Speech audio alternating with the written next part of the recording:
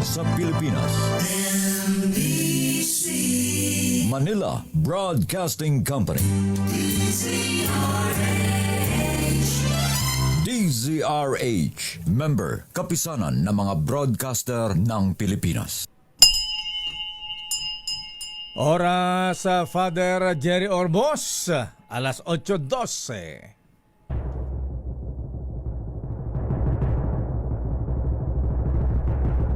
And the Golden Dove for Best Public Affairs Program Metro Manila goes to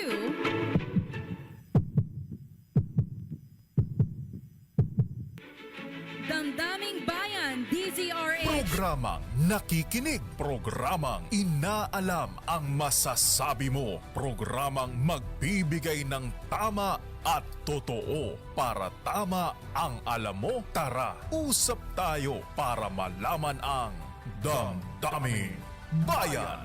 Live sa DZRH Radio, DZRH TV at DZRH Digital. DZRH, Damdaming Bayan. Kasama sina Lakay Deo Macalma at Sister L. Elaine Apit. DZRH, Damdaming Bayan. Daming Bayan. Bakit Lord? Bakit kaya sunod-sunod pumahakuyang mga ating ang mga malalakas na lindol? Ano ha? Abay, nagsimula sa Cebu, ayan na Baguio, Davao, Surigao del Sur, Zambales, ano po ha? Pagkatapos po mahabigan yung aftershocks, ang lalakas. At hindi lang po yung mahabigan, pati mga bulkan, nag-aalburuto na rin. Ano ba ito Lord? Paramdam ba sa ating mga opisyal ng pamahalaan? Ano ang dahilan? Ayan, darating na ba si Lord? Ano ang dahilan? Ano ang rason, Lord?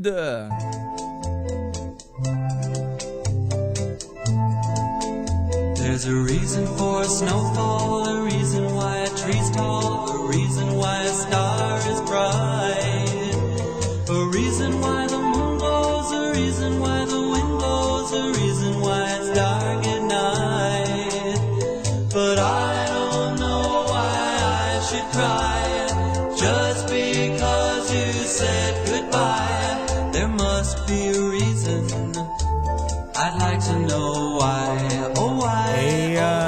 Ano naman ang rason po mahabigan at mukhang tutulog-tulog ang mga taga-DOH? Abay, tinamaan ng magaling. Abay, mabuti pa ang DepEd mga kaibigan. Abay, concern sa ating mga chikiting mga misis, sa ating mga estudyante. Ayan, dahil sinuspend po ang classes sa public schools, elementary hanggang high school. Dahil nga po mabigan dito sa medyo lumalalang sakit ngayon na influensya o kaya ay trangkaso, ha? Pagkatapos marinig mo ang mga taga-DOH, sabi nila, kaya naman daw nagsuspend ng classes para daw po ma-inspeksyon ang mga school buildings na maaaring apektuhan ng lindol. Dito sa Metro Manila yan. Walang ano ha? Panay kasi ang biyahe-biyahe ng ila opisyal ng Department of Health. Ayan, nako. Kumusta ka na, Secretary Ted Herbosa? Good morning po, ha? Saan ba ang biyahe nyo ngayon? Pwede ba tignan nyo naman ang mandato po ninyo? Ayan, ang kalusugan ng bayan. Kalusugan ng mga bata, ang dami nagkakasakit. Ayan, to the point na ang DepEd pamahabigan, Secretary Sani Angara ang mag-announce ng suspension ng classes para po magkaroon ng disinfection. Ayan, maayos ang kalusugan ng mga batang mag-aaral. Daming Bayan. Ay, nako talaga mga koyang maating. What is happening to our country, Mr. President? At pagkatapos po mahabigan, kaya yata tayo nililindol. Ayan, nagpaparamdam na si Lord. Bagyo, lindol, baha. Ayan, pagkatapos o nga pala mga misis, sa paalala ha. Kaya alam po sa ganitong mga sakuna, napaka-importante po maibigan ang mga transistor radios. Sherwin, asa na ba yung pinamimigay nating mini component? Abay, dapat mas lalo nating palaganapin ang pamimigay ng transistor radio. Bakit? Kasi po mahabigan, pagka ganitong may kalamidad mga misis, ang ano yung tumutunog? Ayan. Ang pinaka-reliable na source of information po mabigan ay siyempre AM radio pa rin. Okay na, Het. Ayan. AM stations pa rin po ang pinaka-reliable na source of information pag kami baha, lindol. Ayan. Abay, although na okay naman ng social media, kaya lang nahahaluan po kasi ng mga fake news. Ayan. Kaya ang pinaka-reliable pa rin po ay AM station sa radyo. Kaya kasama sa mga babala, di ba, yung paalala ng sino ba nagbibigay ng paalala? NDRRMC ba? Ayan, bukod sa emergency kits na kakailanganan natin, abay nire-recommenda rin po mahabigan na meron tayong transistor radios para ma-monitor natin, alam po natin kung ano po ang nangyayari pagka may kalamidad. So importante, AM radio. Damdamin Bayan. Sandali lamang, andyan na ba ang Pangulong Marcos? Dumating na ba? Ayan na ngayong araw ng Lunes. Teka muna, babati muna tayo. Magandang umaga Pilipinas, good morning. Ayan, sana mabago ang impression ng ibang bansa sa ating bayan, mga kuyang mga ateng, na sinasabi na the Philippines is the country of thieves. Damdamin Bayan. Ayan, totoo ba ito, Senator Tito Sen, ha? Ang Senado, ha? Ayan, iimbestigahan daw ang ilang congressmen dahil naman sa pagkakasangkot sa overpriced farm-to-market road projects. Ayan, farm-to-resort. Ayan, farm-to-cockpit roads. Damdamin Bayan. Hindi ha? Ayan, sa bagay, mainam na rin yan. Ayan, sabi mo nga, Mr. President, tama ka, ha? You just opened the Pandora's box, ika nga, ha? Pero alamin natin ang latest mula sa Malacanang, ang Pangulong Marcos, ngayong araw ng Lunes, ba? Parang busy-busy ang presidente ngayong araw ng Lunes. Trabaho. Abay, dapat lang, Mr. President, pupunta kayo sa Davao Oriental. Saan ba sa Davao Oriental? Hindi ba tataan ng Davao City? Alamin natin ang latest mula kay Aris number 14. Yung nga pala si Val Gonzales, narinig ko kanina, ha? Kausap si Mayor Bulaong. Ayan, Arta Bulaong. Ayan, doon ba pupunta ang Pangulong Marcos ngayon, Aris 14? Alamin natin ang latest mula kay Aris 14. Let Narciso. Miss Let, good morning. Good morning, Lakay. Biyahing Davao Oriental nga si Pangulong Ferdinand Marcos Jr. ngayong araw para personal na kumustahin ang mga kababayan nating naapektuhan ng malakas na lindol at tingnan ang naging pinsala. Alas 10 ngayong umaga ang dating ng Pangulo sa lalawigan at una nitong bibisitahin ang Manay National High School. Sunod itong Manay. pupuntahan ang Davao Oriental. Yes, Lakay? Manay Elementary School. National High School, Lakay. National High Manay School, National okay. High School. Mhm. At sunod itong pupuntahan ang Davao Oriental Provincial Hospital sa Malaysain na matinding napinsala ng lindol. Mula dito ay didiretso si Pangulong Marcos sa evacuation center sa bayan ng Tarragona kung nasaan lakay si Val. At dyan rin pangungunahan ng Pangulo ang isang situation briefing. Aalamin ng Pangulo ang pagtugon ng mga ahensya sa epekto ng malakas na lindol, partikular kung natutugunan ang pangailangan ng mga apektadong residente at kung ano pang tulong ang kailangang ibigay sa mga napinsalang lugar. Lakay? Yan, sino-sino ang kasama ng Pangulong Marcos? Kasama ba ang DSWD, ha? Abay, may kasabang ayuda, ayan, tulong para sa ating mga kababayang naapektuhan ng lindol, Mislet.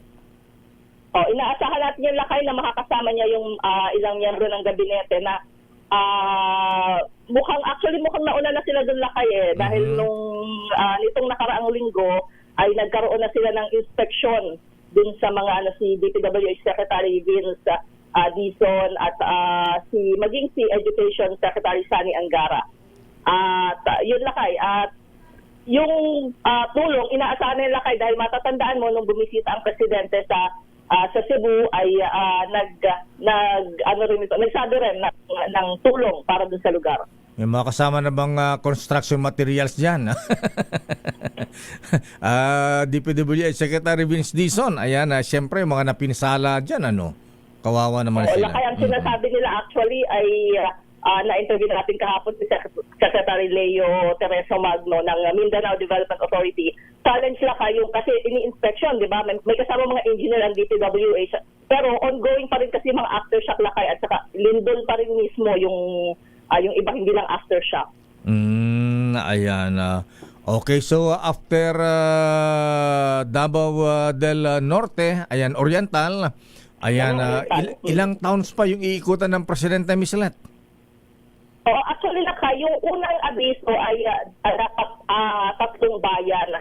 Kasama Okay. yung Mati, pero yung latest ngayon, ang nababanggit pa lang ay yung Manay at itong Tarragona. So, malalaman natin mamaya kung mayroon pang pagbabago. Pero banggitin ko lang lakay na dapat na yung Lunes ay iba yung schedule ng Presidente, pero schedule yon para nga unahin yung pagbisita sa Davao Oriental. Ayan, maghapon ba siya doon o babalik din ng Malacanang within the day?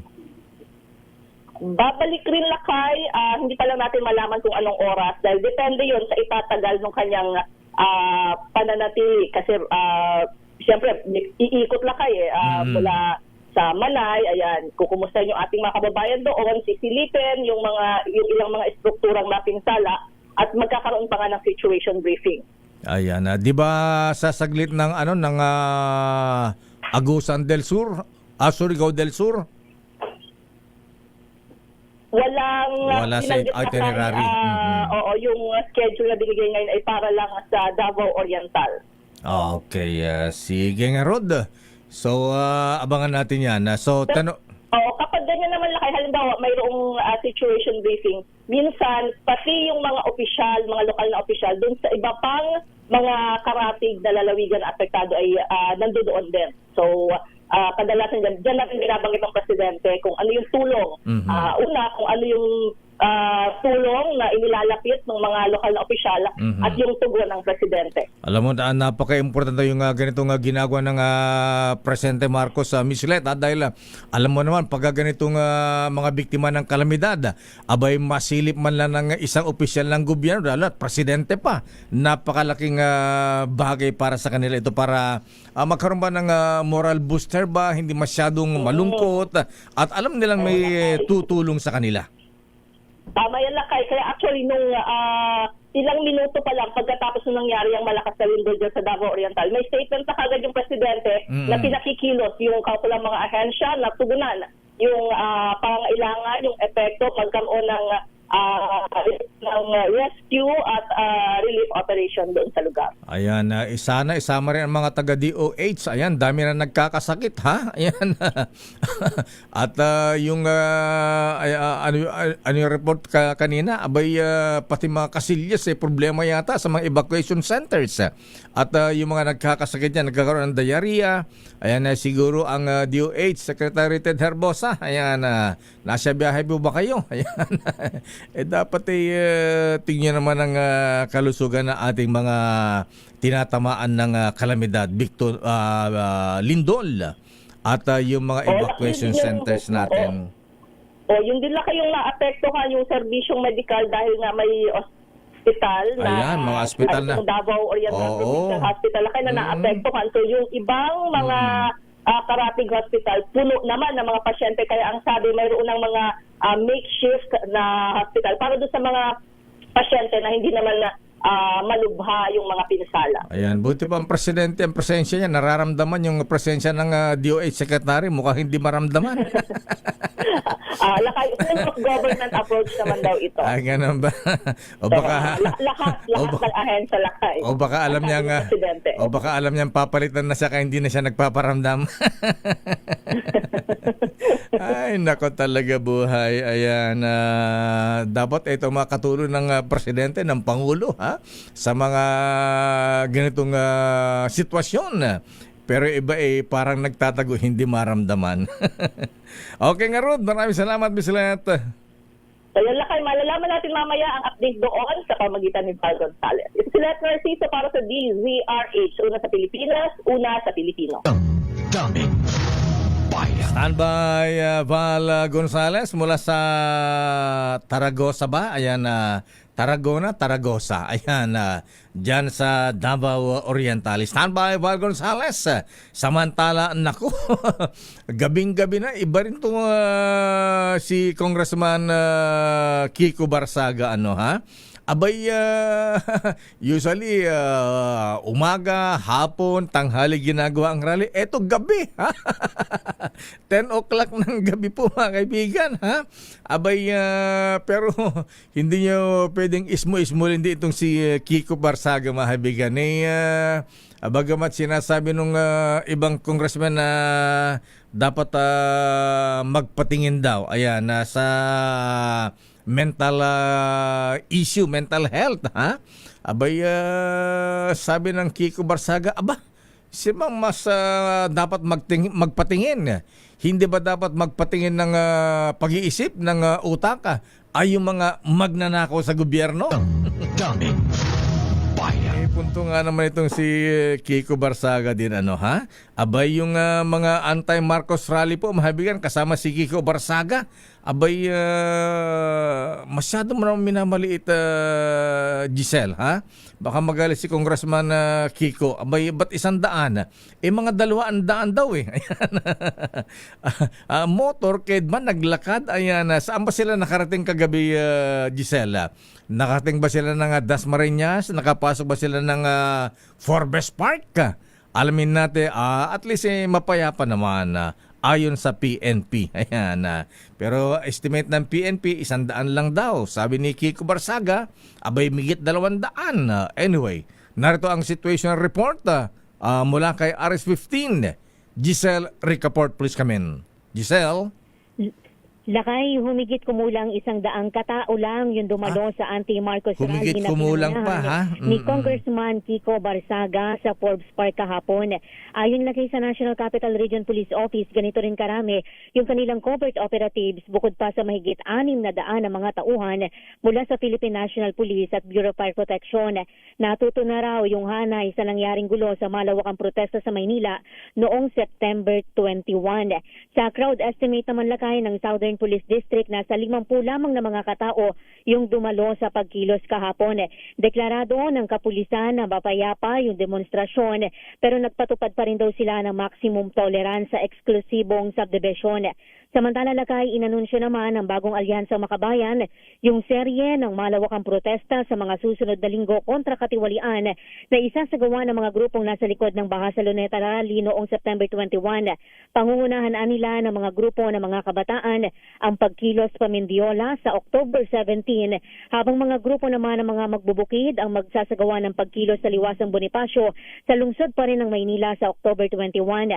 Ayon sa bayan, isinapinal ang plano sa mass action sa isang pulong ng Kilusang Bayan kontra Corakot nitong Sabado na dinaluhan ng mahigit 100 mga kinatawan mula sa mahigit 60 mga organisasyon nationwide. Ito si Giselle Ricaport para sa DZRH, una sa Pilipinas, una sa Pilipino Lakay. Giselle, saang gate sa Forbes Park nakarating sila? Dito mas sa Buendia EDSA ba yan? O dun sa McKinley? Sa Buendia Gate Buendia. Lakay. Itong grupo ni Congressman Kiko. Ito yung tinatawag nilang North Forbes Park. Ayan. Diyan daw yung mga mas mayayaman yung mga nakatira sa North Forbes Park, yung kabilang bandang kaliwa ng McKinley kung pupunta ka ng BGC. Ayan. Andyan yung Embassy Row, diyan nakatira yung mga ambassadors, andyan yung mga opisina nila, at dyan yung mga super yayaman daw sa Forbes Park, Miss Giselle. Yes, Lakay. Sabi nga Lakay ni Congressman Kiko kahapon, yung kanyang nag-post din siya Lakay, mensahe nga doon sa mga residente sa Forbes Park. Sabi niya, wag daw kayong mag-alala dahil yung target lang naman daw nung kanilang pagkilos ay si dating ako Bicol Representative Saldico at si dating House Speaker Martin Romualdez Lakay. Oh. Pero bagamat Lakay doon lang sa gate o sa Buendia Gate Lakay yung naging pagtitipon ng batang mambabatas o ng baguhang mambabatas ay lahat ng gate ay pinatauhan ni NCRPO Director Major General Anthony Abirit. Abay, kakaibang rally itong ginagawa ni Kiko Barsaga, ha? Ayan. Dati-dati, usually, ang mga kilos protesta sa Menjola, Liwasang Bonifacio, ganyan, EDSA. Pero eto, ha? Gate na mismo ng mga pinakamayayamang tao sa Pilipinas, Forbes Park, Miss Giselle. Correct, Lakay. Ay antabayanan din natin, Lakay, yung susunod na mga magiging aksyon kung meron man ng hanay ng kapulisan. Dahil ang sinasabi, Lakay, ni Director Abirin kahapon sa atin, walang permit itong rally at hindi talaga nga pinahihintulutan yung pagsasagawa ng ganyang mga pagkilos sa mga pribadong property, Lakay. Ito ba sila ba naglakad o nag-motorcade sila and then nagbabaan dyan sa may EDSA Buendia, Giselle? Lakay, yung ibang mga nakilahok ay nagsagawa muna, Lakay, ng pagkilos o nagmarcha mula sa Raha Sulaiman, Lakay. Yung iba naman dumiretso na, Lakay, doon sa Forbes Park Buendia Gate. Ayan. At saka napansin natin, karamihan ng mga supporters kasama ni Congressman Kiko Barsaga may mga kabataan, Giselle. At Lakay, may mga vloggers din. May mga vloggers din. Vloggers din, Lakay, yung ilan doon, batay doon sa nakuha nating information sa hanay, Lakay, ng kapulisan. Ayan, hindi puro taga Dasmariñas, Cavite, ha? Baka sabihin. Hindi, Lakay, parang Lakay, sa malalayong lugar pa yung iba, Lakay, eh. Aba, talaga naman ha? Where, at least naging mapayapa yung rally. At ilang oras tumagal?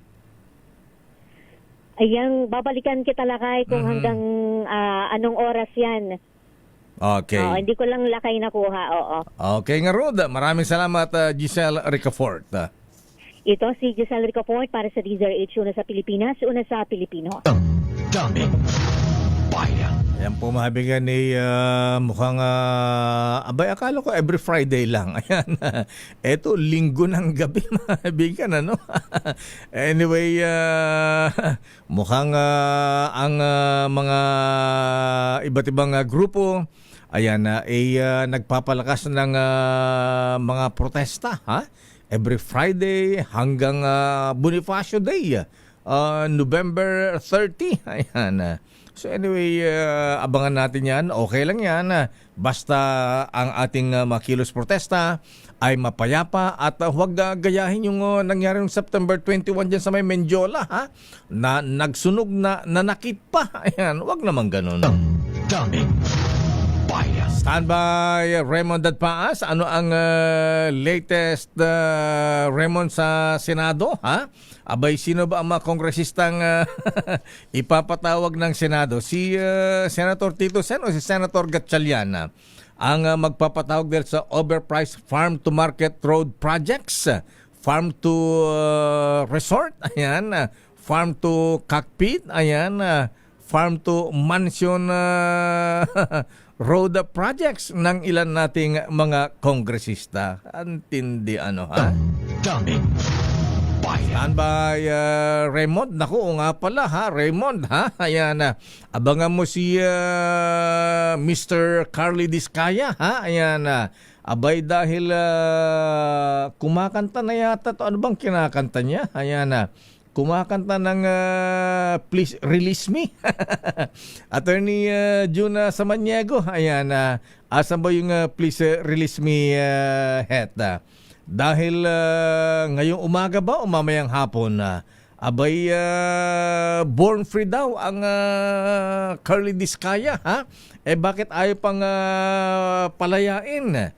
Kaya siya ay kakanta ng Release Me dahil mamaya ay may hearing ang mga leader ng Senado Ayan, si Carrie Discay sa Pasay City Regional Trial Court sa kanyang petition na please release me. Writ of habeas corpus. Daming bayan. Standby din naman ang Milky Rigunan mula sa Kamara. Ano ang latest sa Kongreso manang Milky? Ha? Abay, dadalo ba ang mga kongresistang sangkot sa overpriced sa farm-to-market road projects? Ha? O aapila na kailangan ni pairalin ang inter-parliamentary courtesy? Daming bayan. Oras sa Chief Justice Alex Jesmundo. Oy, kabsat. Ayan. Justice Sam Gaerlan at Mr. Edwin Ernie. Oras ganap na alas 8:37.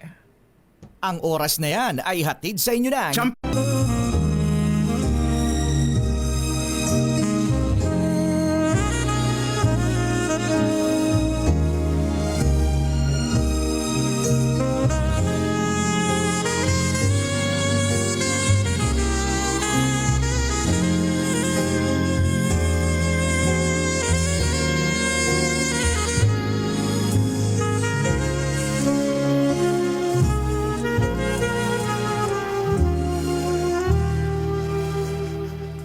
Merry Christmas and a Happy New Year from DZRH.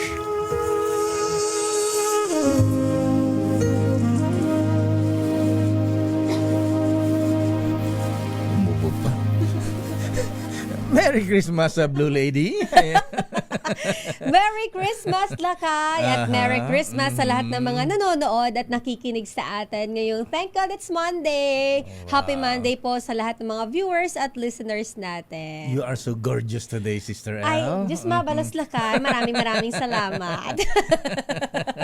73 days, Lakay. Bilis ng 73 days panahon. bago magpasko. Kaya Ayan. naman, sa mga ninong at ninang at mga employers, Ayan. alam nyo na. Ready na. Ayan, baka mamaya ay sabi nyo, ay nakalipot na naman kasi may mga lindol, may mga... Magiging dahilan. Siguro dun sa mga lugar, Lakay, na affected talaga. Pwede naman. Pero yung hindi naman naapektuhan. Oo nga pala, paano kayo mga sa bagay, rain or shine, rain or storm, sabi nga. Ang mandato ng batas yan eh. Ayan. Yung 13th month pay. Ayan. Pero sabi ko nga po kanina mga kaibigan, huwag masyadong magpapaniwala minsan sa social media. Bakit? Ayan. Abay, eto nagagalit si Director Renato. Ayan. Solidum. Si Secretary Renato Solidum ng DOST. Ha? Bakit, Lakay? Wala daw katotohanan yung kumakalat sa social media na man-made yung mga lindol na nangyayari sa ating bansa. Lakay. Diyos ko, huwag kayo nagpapapaniwala sa mga kung ano-anong nakapost. I-verify nyo sa mga legitimate na sources. Kaya nga sinasabi natin na Sister Elle, ayan, pagka ganitong may kalamidad, ang pinaka-reliable source of information pa rin ay ang mga himpilan ng radyo, AM stations po mga kuya, mga ating. Saka may TV din. Baka magtampo yung taga-TV eh. Hindi kasi... Pero kung usapang... Kaya natin sinasabi nga, kasi pagka walang kuryente, Sister Elle, radyo talaga, Lakay. Ayan, kaya sinabi siguro radyo. Yes, ayan. kasi Lakay lalo na yung mga gumagamit pa ng dibaterya, Yes, yung binibilad pa lang. kaya nga di ba advice, sila nagbibigay ng advisory sa mga kailangan na emergency kits pagka Yes, Lakay, yung may lindol. Go Ayan, bag tawag doon. Go bag. Go bag. Yes, Ayan, oo. Ayan ang kailangan natin, ha? Ayan. So, napaka-importante po yan na magkaroon tayo ng transistor radios, de baterya, ayan. Asa may server, asa may mga pinimigay natin mini component. Ayan. Mamimigay tayo ulit soon, Lakay. Abangan niya ng ating mga tagapakinig. Ayan, kaya yung mga nagsasabing, mawala na ang radyo, ayan, in the future, hindi po. Sinasabi nila na dying medium. Ang mga AM stations, FM stations, andyan po, ha? Hindi po mawawala. Daming bayan. Samantala nasa ating may kaugnay dito sa suspension ng classes, Sister Elle. Yes, Lakay. 2 days yan. So alamin nga natin na bakit talamak laganap ang sakit na influenza ngayon, trangkaso. Trangkaso. Ayan, to the point na mabahala ang mga taga-DepEd, Secretary Sani Angara Beruzivul. Ayan, alamin nga natin, nasa ating linya ang infectious disease specialist and COVID expert. Ayan, at alamin nga natin bakit talamak ang mga sakit. Ayan, nasa ating linya si Secretary Ted Herbosa. Sir, magandang umaga po. Hindi. Ikaw naman, Lakay. Nasa ating linya, Lakay, si Dr. Ron Jean Solante. Secretary Herbosa parang nasa abroad daw, nasa biyahe. Si Dr. Solante ba ito? Yes, si Kala ko Dr. naman, Ron Jean Solante, Lakay. Ginugulat mo ako, Don Pobre eh. Ayan. Dr. Solante, sir, magandang umaga po sa inyo, Doc. Good morning, Doc. Yes, good morning. Good morning. Ay, anong first name po nyo, Doc? Ano bang tawag sa inyo? Ron, Jean? Ron Jean. Ano pong palaya po ninyo? Jean. Jean. Ayan. Si Doc Ron Okay, Jean. Doc Jean. Ayan. Bakit po laganap na naman na ang ganitong trangkaso, influenza illness, to the point na mag-suspend ng classes po ang DepEd, Dr. Solante, sir? Well, actually, normal to na pagtaas ng mga tinatawag natin influenza-like illness. Ano ba itong influenza-like illness? Opo. Ito yung sakit na ang manifestation niya, ubo, sipon, tapos lagnat. And usually, hanggang 10 days ang duration yan. No? So, ibig sabihin, nawawala yan. Kung lalampas ng 10 days yan, hindi na yan influenza-like illness. No? And tinatawag siyang influenza-like illness kasi nga ang sintomas nito is compatible with flu. So yung flu virus, yung influenza virus, isa yan sa mga sanhi or cause ng influenza-like illness. Meron ding ibang mga klaseng viruses, kaya nga influenza-like illness, kagaya ng adenovirus, respiratory syncytial virus. Pwedeng COVID-19, no? Pwede pa rin mag-manifest ng ganitong influenza-like illness ang COVID-19, no? So mataas ang hawaan nito dahil ang itong mga klaseng mikrobyo na to, pag umuubo yung merong sakit na yan, within 3 feet, pwede niyang mahawaan yung mga kasamahan niya. Kaya mataas ang mga contagious sa mga classroom. Contagious pa ito, Doc? Contagious siya. Yes, contagious. So importante na turuan natin ang mga bata na paano hindi makakuha ng ganitong klaseng infection, magsuot ng face mask, maghugas ng kamay, at takpan yung ilong or bibig pag umubo. So, ano po ang gamot na kailangan dyan, Doc Jean Solante, sir? Yung mga gamot nitong mga different respiratory viral infection, talagang walang gamot to, maliban na lang sa flu, no, na meron tayong antiviral. But the other respiratory viral infections, kagaya ng COVID-19, meron din tayong gamot na yan, no? Pero sa ibang viruses, wala talaga. So importante magpahinga sa bahay, no? Kain ng maigi, hydration, no? Fluid hydration. Tapos importante din na bantayan natin yung sarili natin kasi minsan may mga ganitong komplikasyon, nahirapang huminga, no? Nagsisevere pneumonia na pala, yung influenza-like illness, dinadala sa ospital, namatay dahil nga nagiging severe, late nang pumunta sa ospital. So, importante pa rin na ma-monitor natin, especially sa mga vulnerable population, kagaya ng 60 years old na mga may edad. Di ba kaya ito ng ni Joseph Cortal, Dr. Solante, sir? Walang portal ngayon, Lakay. Ano lang yan, mga supportive treatment, no? So, hindi pa rin yan talagang gamot. Pwede lang makakapag-alleviate symptoms, pero nandun pa rin ang mikrobyo, hindi nawawala. Doc, mayroon pong mga paniniwala, di ba, yung mga matatanda na medyo ang naniniwala tayo na may sipon ubo yan kasi dahil sa weather. Pero usually po ba talagang may kinalaman ng weather kaya nagkakaroon ng sipon, ubo, tapos ngayon po lately matagal po gumaling ako katulad ko po, medyo matagal pong gumaling yung aking sipon. Ngongo pa rin po ako hanggang ngayon. Ayun, kilala isang na-meet ko nung Sabado, kaibigan natin kung Omer Mercado, ha? Ayan, doktor na, ha? Tagal nang gumaling ko. Tagal gumaling Doktor na ito.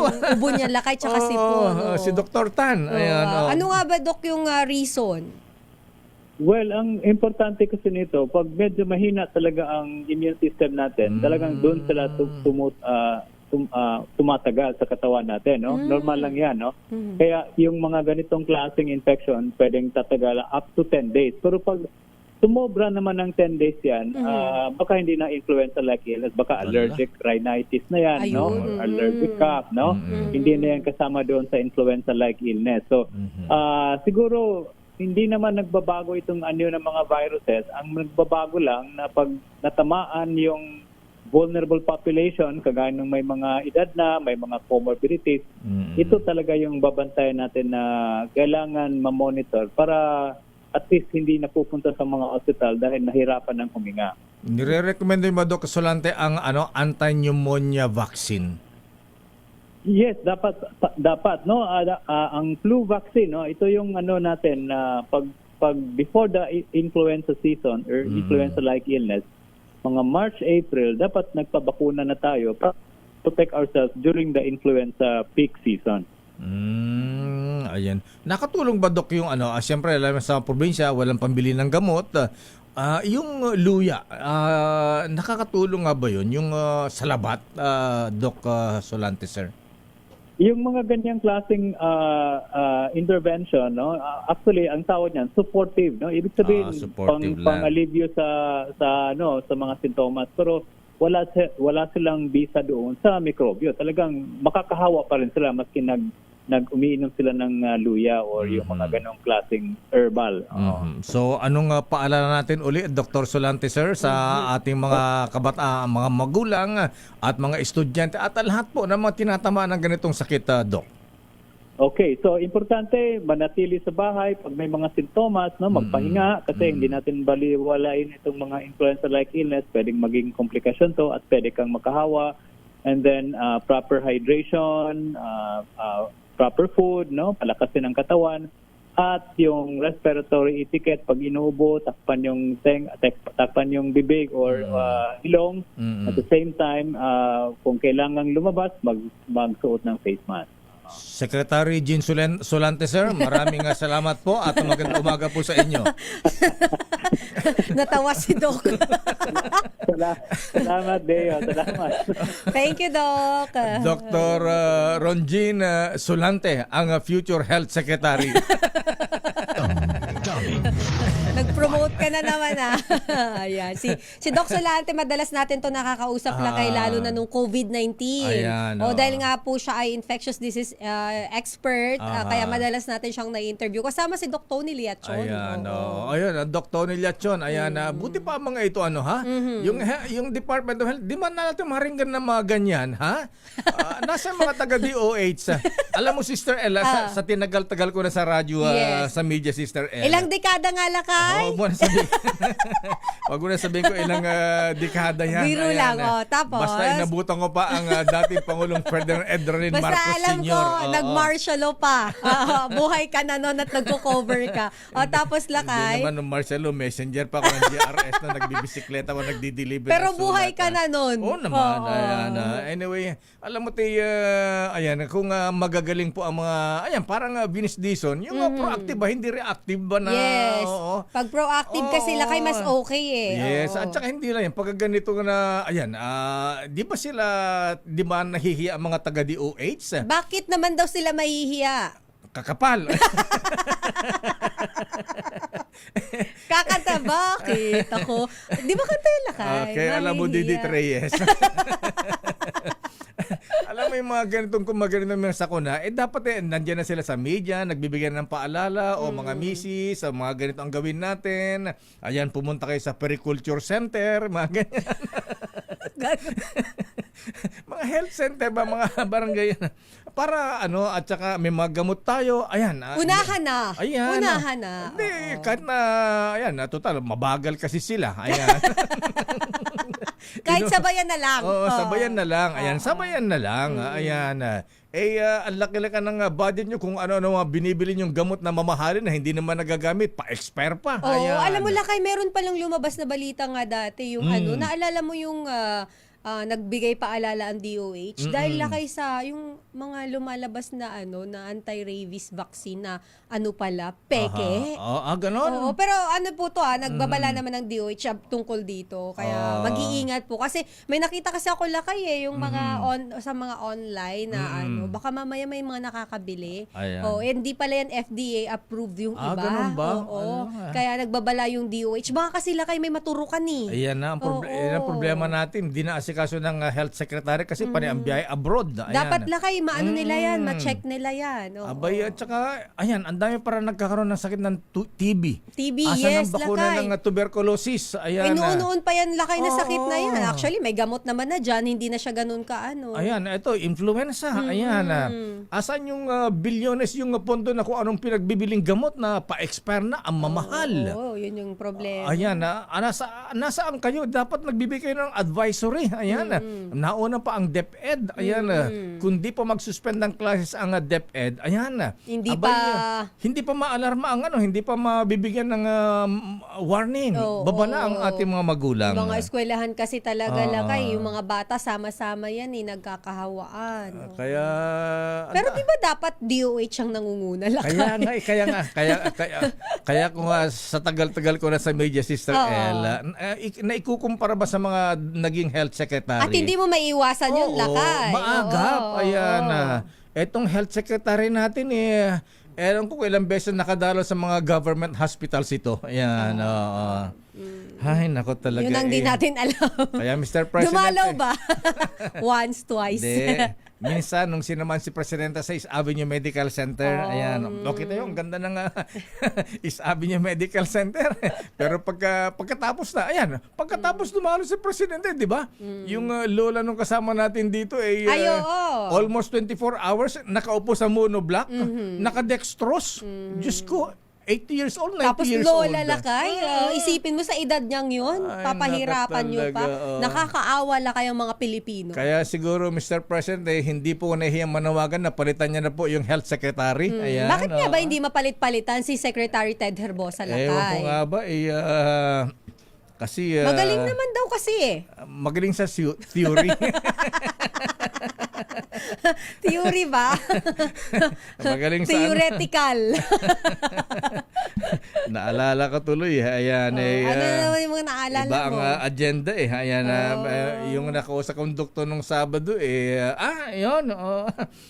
Time pa ni Secretary ayan, andyan na siya. USEC siya nun. Ayan. Kita mo.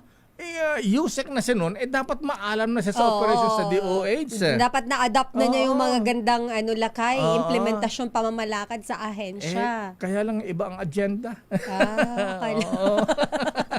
Hindi ba pang masa? Hindi pang masa. Pang bulletproof na Land Cruiser. Daming bayan. Diyos ko. Nako. Ayan, pagkatapos inalis si Berhere. Napagaling na Yusek Berhere. Ayan. Sabi, sino pumalit sa kanya? Ayan, nakalungkot. Pero si Berhere. Sino pumalit? Sabi, di ba Bagman yun?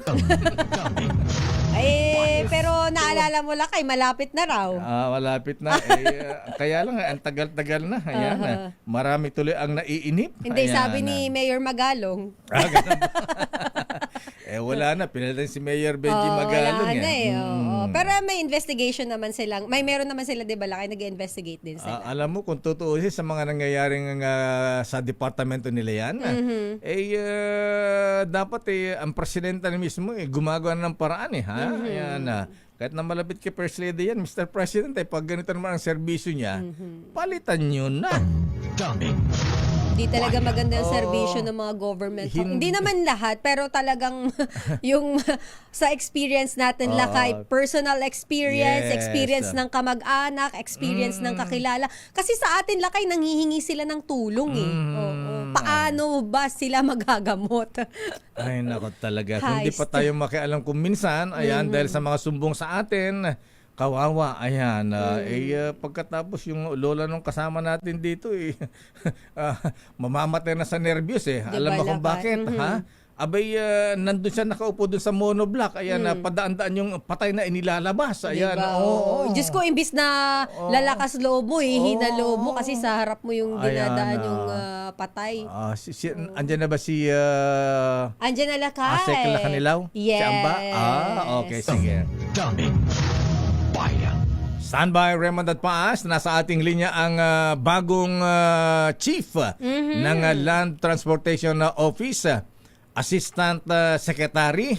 Pero mas kilalang amba ito, ambassador eh. Ayan, Asek Marcus Ferdinand Lakanilaw. Iba yung Marcus niya. Diba? Oo. Yung Marcos niya, K ba o C? Ayan. K. U, ayan. K-U-S. K-U-S, Marcus. ayan. Marcus Asek Lakanilaw. Marcos Lakanilaw, sir. Magandang umaga po sa inyo, Asek. Good morning, Asek. Magandang umaga po, Kadeo, Ma'am Elaine. At Good morning po. congratulations and good luck, Asek Marcos Lakanilaw, sir. Ayan. Dati kayo ambassador, ba't kayo napunta sa LTO? Salamat po.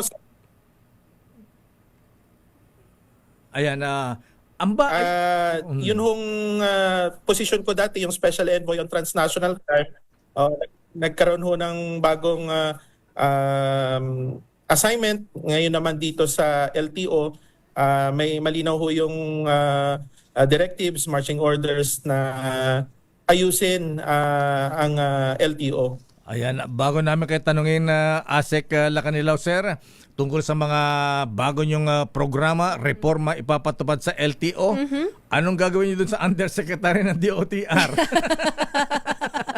Nagrumamit na protocol plate number 10 at may blinkers pa at totoo ba yung driver na nampal pa? Grabe, ayan o. Siguro nakaritan sa'yo, Asek.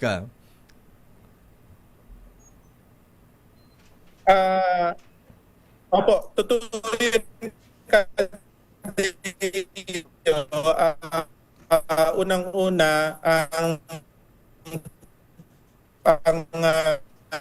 power. Naku, masama. Kasi masama. I-re-establish natin yung... Oo. Asek, sorry po, medyo putol-putol lang po ano. Pwede ba nating tawagan si Asek sa telepono yung audio? Hanggang maghapon para i-surrender yun sa Asek, amba, ayan. Babalikan ka po namin, Asek. Tatawag po namin kayo ulit. Hindi po maganda yung signal natin. Ayan, putol-putol. Ayan, pasuyo na lang natin. Okay, check ulit, Malu. Para ayan, maganda ang ating usapan, para mas naiintindihan. Sino nga ba yung Yusek Ano nga pangalan niya? Hindi man lang nahiya sa secretary nila na nagko-commute. Alfonso ba? Yusek Alfonso, naka Lexus Sino SUV. yung Asek? Sino yung Asek? Ay, sino yung may sasakyan na may blinker pa? Oo, at naka, ano nga yung Lakay, yung model ng sasakyan niya? Lexus. Ayan, SUV. naka Lexus pa. Mamahalin yan, Sister L, ha? Yan ang pinaka-Mercedes-Benz ng Toyota eh. Ayan, high-end ng Toyota Lexus. Ayan, oo. Sino yan? Sino yan, Yuel? Yusek Alfonso ba yun? Ang pangalan niya, Lakay, ay... Ricky Alfonso. Ayun, oo. Undersecretary for Internal Audit and Special Concerns, Ricky Alfonso. Ma-audit nga ito. Hindi man lang naiya kay Secretary Giovanni Lopez Lakay. Nagko-commute tong secretary nila to eh. Hindi lang yan. Palibhasa Ilocano, nagtra-tricycle pa nga yan. Oo, Lakay kasi eto yung Lexus LX 750. Ayan. Kita mo, ha? Ayan. Wala, asa ba yung video? May video ba tayo nito? May video ba tayo yan?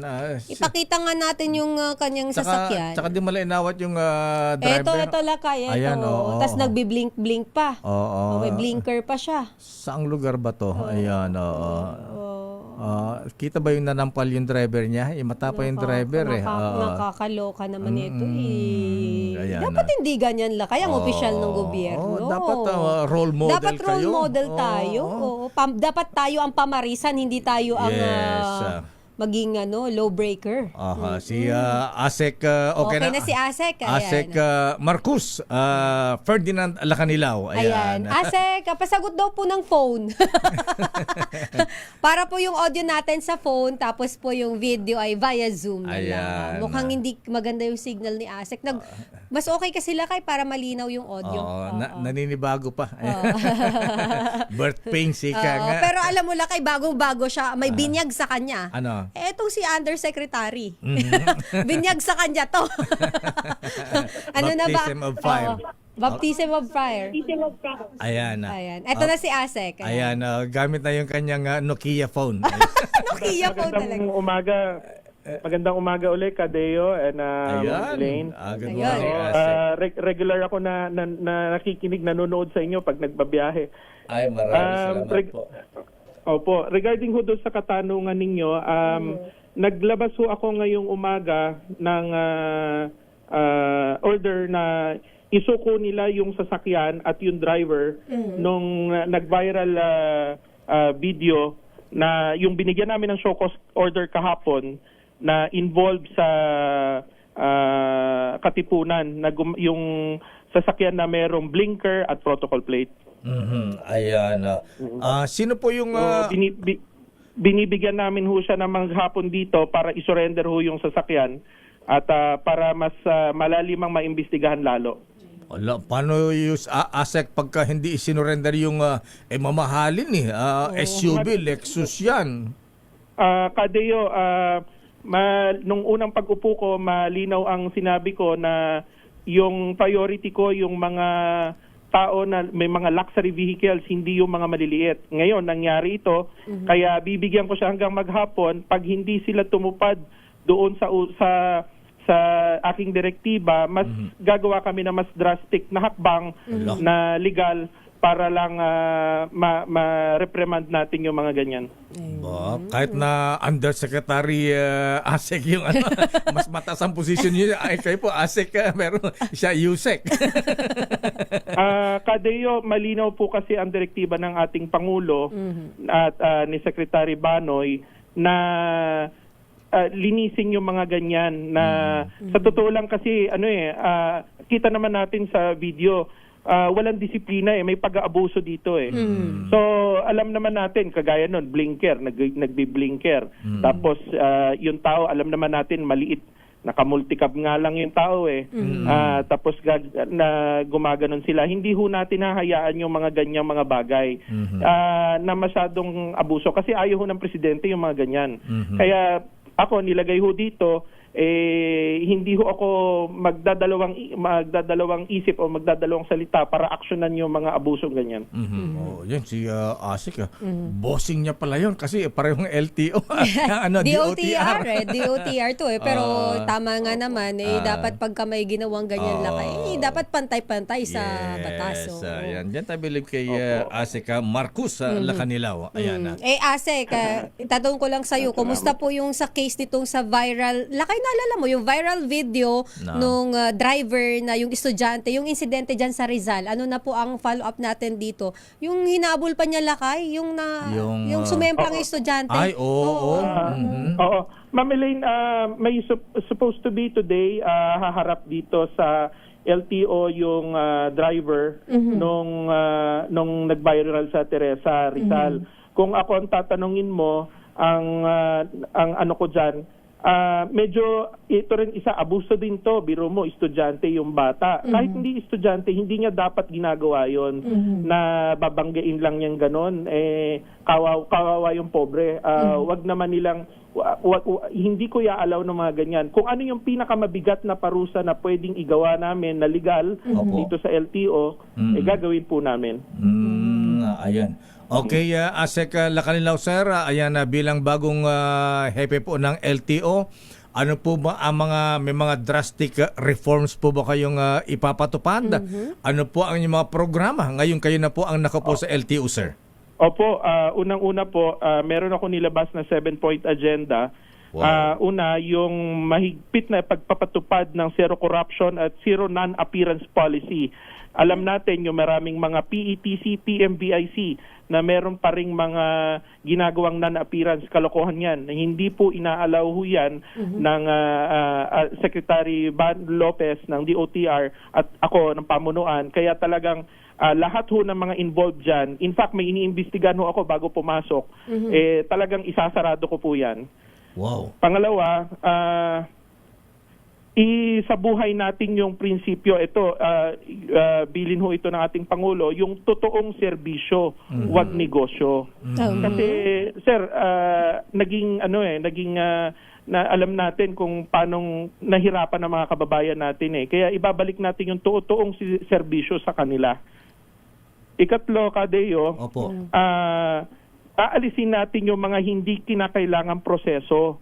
Pandagdag, yung mga pahirap na proseso, kagaya kanina nung nagkaroon ako ng press con, isang tinitingnan namin at nagpinag-usapan namin ni Secretary Banoy, yung pagkuha ng student permit na dagdag yung theoretical driving charges na dinadagdag nila bago kumuha ng student permit. Maalala natin nung araw, Kadeo, walang ganon. Kukuha ka ng student permit, babayad ka, tapos mag-e-exam ka sa LTO. Ngayon, nagkabaliktad. Bakit nagkaroon ng charges doon? Na bago ka kumuha muna ng student permit na TDC. So, isa pa lang po yan, kasi tinitingnan ko po ngayon, pero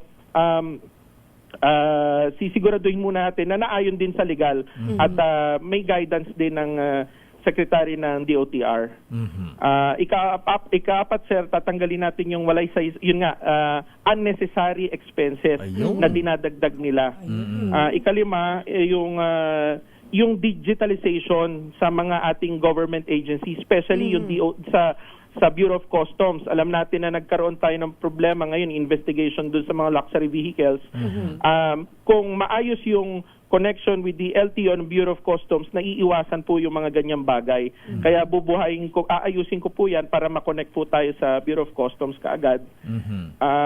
Saka yung ika-anim, yung ipahigpit na patutupad ng walang areglo na polisiya. Kaya pagka yan ang nagiging problema pagka may mga areglo system, mamimihasa na sila. Ikapito, sir. Itaas natin yung kamalayan sa road safety. Hindi nakikita ng iba na tumataas yung road crashes natin. Bakit? Nabibigyan ng mga lisensya yung mga hindi dapat bigyan at dumadaan sa maling proseso. Nakadikit dyan yung corruption.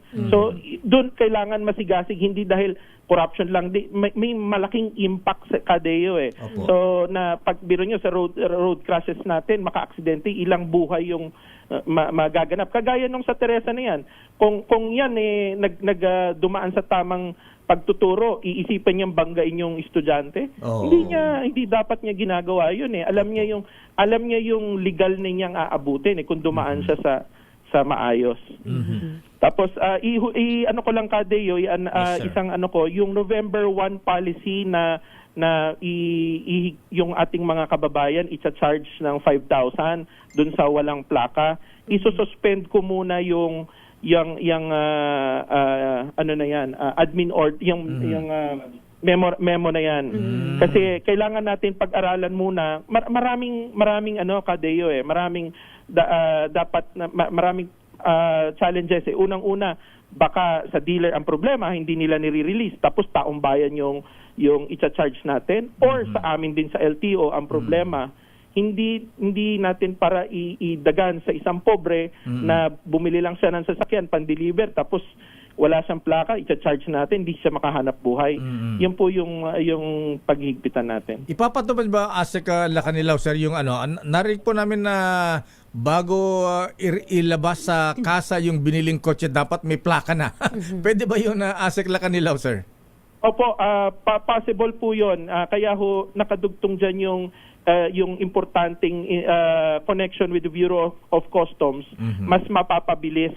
Meron din akong isang i-recall na isosuspend na memo.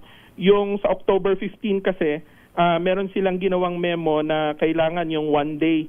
Sir, medyo maraming challenges yon. Unang-una, pumapasok ka sa manual. Pangalawa, pagka may mga lugar na hindi pa talaga yung IT system maayos, nagkakaroon ng downtime.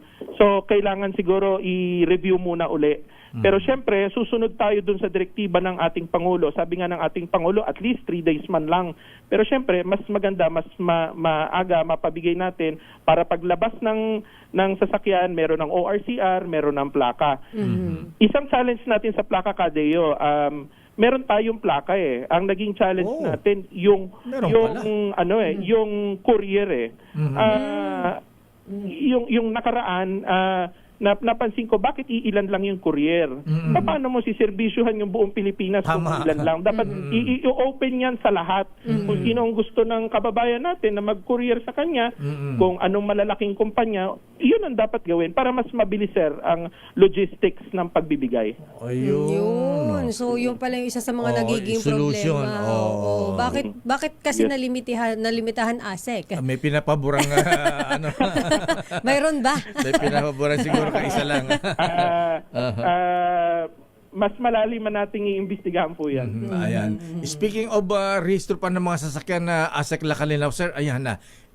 Sino ba nakausap namin sa yung palang mga luxury cars ng mga yung mga Rolls Royce, mga ganyan, mga mamahalin hindi dinadala sa LTO. Ayan. Mukhang taga LTO yata ang nagpupunta doon sa opisina nila. Alam niyo, Kadeo, yun nga yung sa PMBAC, PETC na renewal na ginagawa nila na non-appearance. Yan yung pinagbabawal ko. Na magiging seryoso po yung labanan dyan. Pangalawa, Kadeo, may problema talaga yung ginawa nila dyan sa mga luxury vehicles na yan. Alam naman natin may mga pilipit silang maneuver na ginawa dyan. Kaya mas iimbestigahan natin yan at bubuhayin natin yung mga unang kaso na related sa ganyan. Isa pa, ASEC Lacanilao, sir, ayan na. May policy noon na yung bawal mag-text, mag-cellphone habang driving. ADA ba yun? Basta kasi batas yun, Lakay. Batas yun. Ipapatuwa niyo ba ito o ASEC, sir? Oo po, ipapatupad yan. Tumatakbo po yan. Kaya magiging mahigpit po tayo dyan. Kaya pansamantala ako muna po ang uupo sa enforcement para ma-enforce po natin mabuti yan. Lalo, hindi lang po sa mga dapat hulihin, pati po yun ang huhuli. Kasi meron ho mga LTO enforcers, lalo na sa probinsya, maghuhuli sila na no helmet, pero sila walang helmet.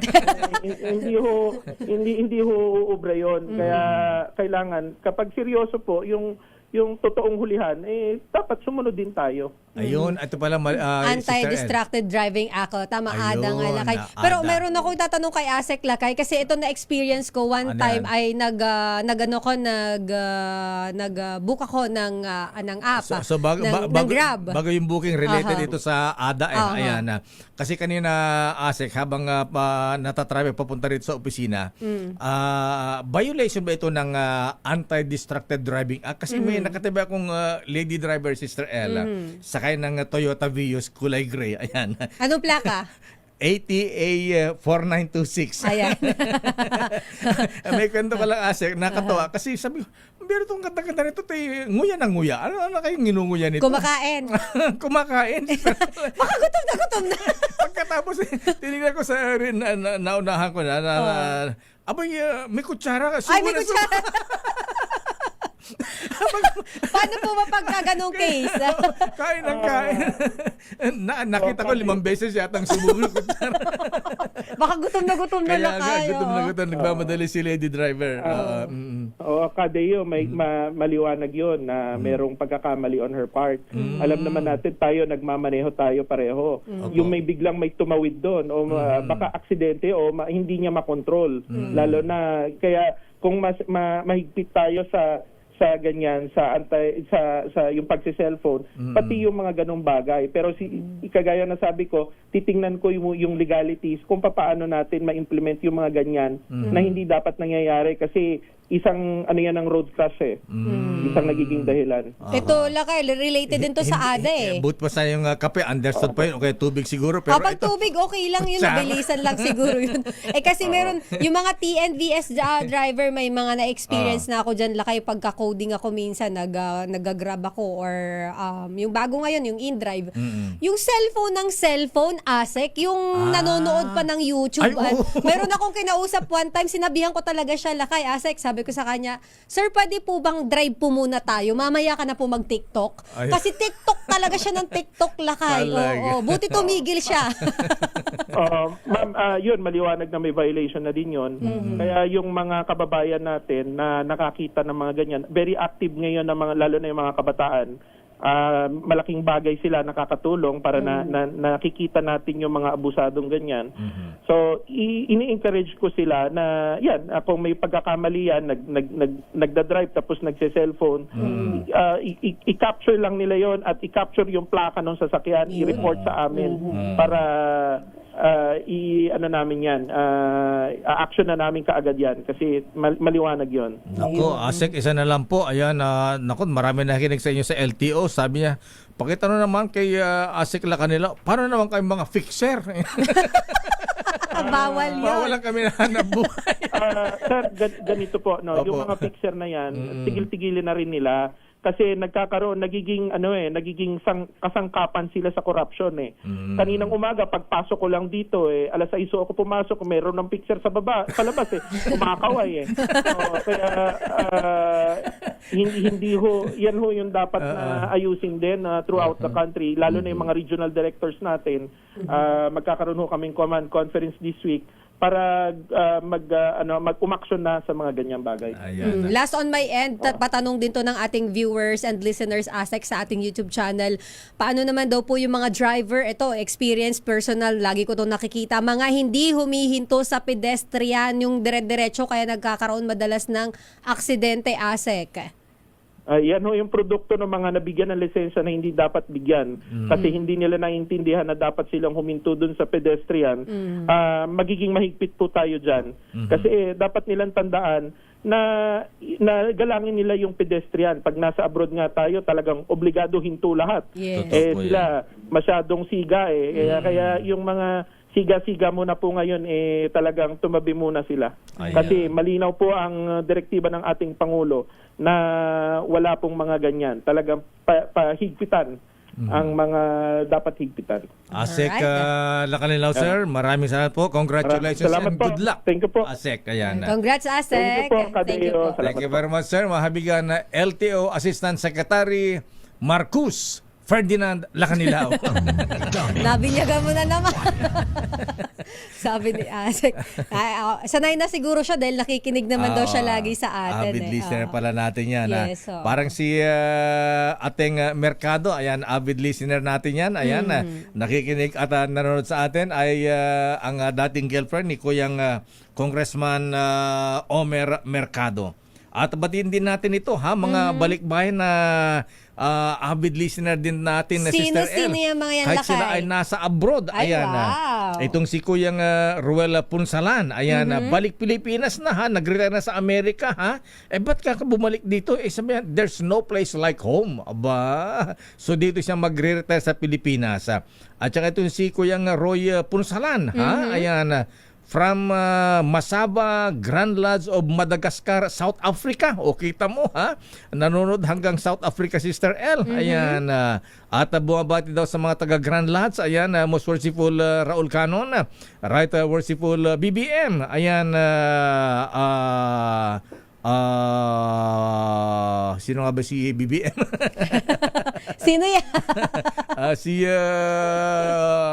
BBM na kilala ko, si Pangulong Bongbong Marcos Jr. na mental block o ako. Kaya ayan, Benjamin Bañez Magalong.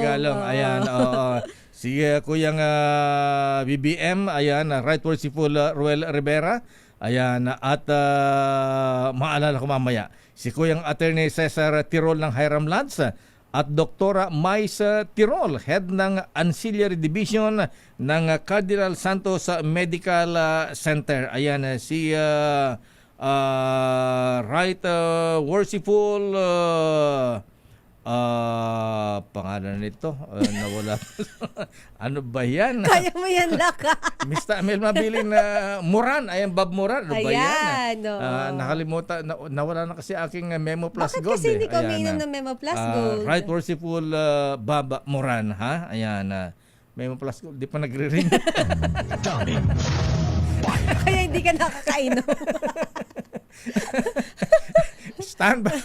Standby Raymond at Paas. Ayan. Di pa nagre-ring. Kaya nakalimutan mo. Ayun na sample.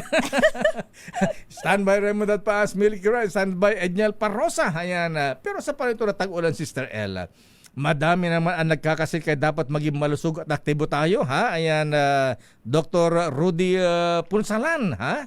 Kaya ako'y todo alaga sa katawan. Kung ano ang payo ng doktor, sunod lang. Sa reseta, ang gamot na pinipili ko, yung world class.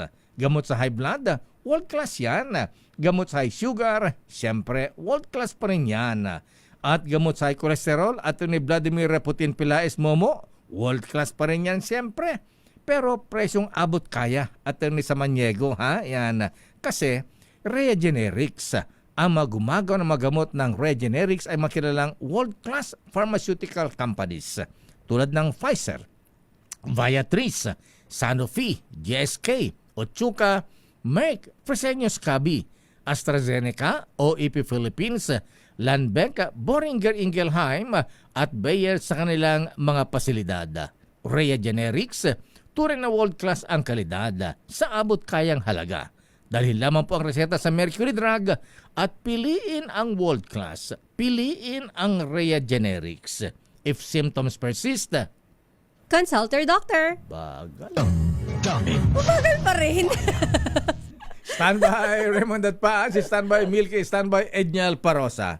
Oras, Sister L. It's 9:28. Kung balitaan oras, Sister L. It's 9:34. Sandali lamang, Raymond, Milky, Edniel at Edwin Duque at nilusob tayo ng mga Marines dito, ha? Pero sandali lamang, mga kuyang mga ateng, ha? Meron pa tayong exciting na balita para po sa inyo. Ngayong golden anniversary ng Mega, may Mega Milyonaryo promo na may up to 50 million pesos worth of prizes. Kasama na dyan ang instant GCash vouchers at maging monthly winner ng brand new car o kaya isang milyong piso. Simple lamang pong sumali mga ateng, mga kuyang.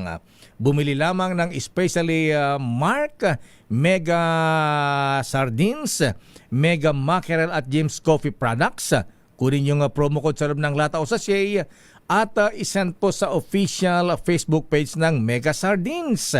At paalala, itago ang sachet o takip ng lata na may promo code dahil kailangan ito para maklaim ang major prize kung sakaling manalo. Ayan, malay nyo. Magay kay Daisy Sobrebega ng Iloilo, nanalo ka agad ng Toyota Race. At si Nora Aini Saharani Usni ng Zamboanga City, nanalo ng 1 milyon. Kaya kinukongratulate ni Sir Marvin Chu Lim.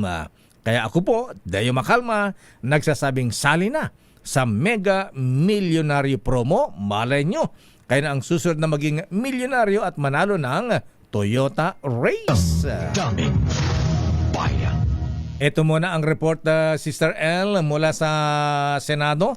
Ano ang latest? Ayan, abay may kumakanta ng please release me dyan. Ayan. Dahil marami-rami nakakulong sa Senado ngayon lang.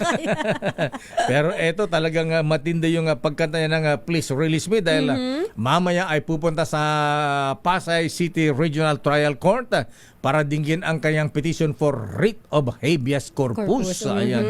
Produce the body. Ayan. Of billionaire. Ayan. Rolls-Royce, Carly Diskaya. Wala yata silang, nga pala sa kanila nga pala yung payong yung may payong na Rolls-Royce. Si Willie Titen, nag-birthday niya, dito dumating yung Bakit di payong dumating na yung mga Rolls-Royce. payong niya lakay? Akala ko ba may papayong tayo? Ayan nga, Mr. Willie Titen, kung sino po nakilala sa kanya, ayan, paalala po yung payong, ayan, na Rolls-Royce na ipapamigay. Ayan. Okay, Sister L. Alamin natin ang latest mula sa Senado dahil floor price para sa pagbili naman ng palay dapat daw itakda na ng pamahalaan ayon yan kay Senator Kiko Pangilinan. Detalye balita mo, RH28, Raymond Adpaas. Lakay Raymond. Elaine, Mayor, pinakikilos ni Senador Francis Kiko Pangilinan ng gobyerno upang tugunan ang panawagan ng mga magsasaka na magtakda ng floor price sa presyo ng palay. Ito'y kasunod ng pagbagsak ng presyo ng palay sa 8 piso kada kilo na nagdudulot ng matinding pagkalugi sa mga magsasaka. Hinimok ni Pangilinan ng pamahalaan na maglabas ng isang executive order o EO para magtakda ng floor price sa palay. Paniwala ng senador, ito lamang ang paraan upang makatiyak ang mga magsasaka na matanggap ang patas na kabayaran sa kanilang produkto. Iginit ni Pangilinan na kapag ang palay ay 8 hanggang 10 piso ang presyo kada kilo, napakababa ito sa production cost na 14 hanggang 15 pesos, kaya't anumang ayuda na ibibigay sa kanila ay matindi na ang pagkalugi sa mga magsasaka. Giit ng senador, hindi kailangan ng abuloy ng mga magsasaka. Ang kailangan nila ay makatarungang presyo sa bunga ng kanilang pinaghirapan, kaya dito kailangan ng floor price sa kada kilo ng palay. Raymond. Mula sa Brad, yes, Mayor. Kumusta mga border sa Senado? Ayan, Ilan na bang border dyan, Lakay Raymond? 6 yung border at mukhang, yun na nga, hindi ko lang tiyak yung oras dahil mukhang kanina pa nakaredy yung mga tawa ng PSPG para mag-escort dito kay Ginoong Curly Vizcaya papunta dyan sa Pasay Regional Trial Court. Anong oras ba yung hearing sa Pasay RTC, Raymond? Para sa petition for please release me.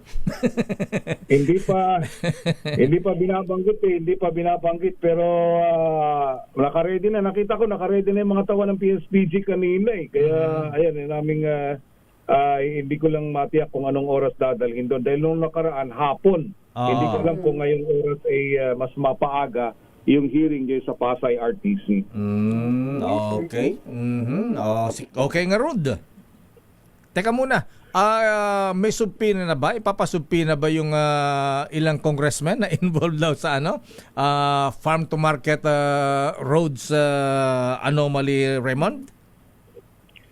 Wala pang ganung pag-uusap, Mayor, pero pagbalik ni Senador Erwin galing sa IPU, then mag-uusap daw sila ni Senate President Tito Soto at yung magkakaroon daw yung meeting ng committee. Hindi muna hearing. Mag-meeting muna yung committee, yung Blue Ribbon, dahil nanganganak na yung issue. Una muna, kailangan munang magkaroon muna tapusin muna nila yung issue ng flood control. Dito nababanggit sila dating Speaker Romualdez at dating Congressman Saldico.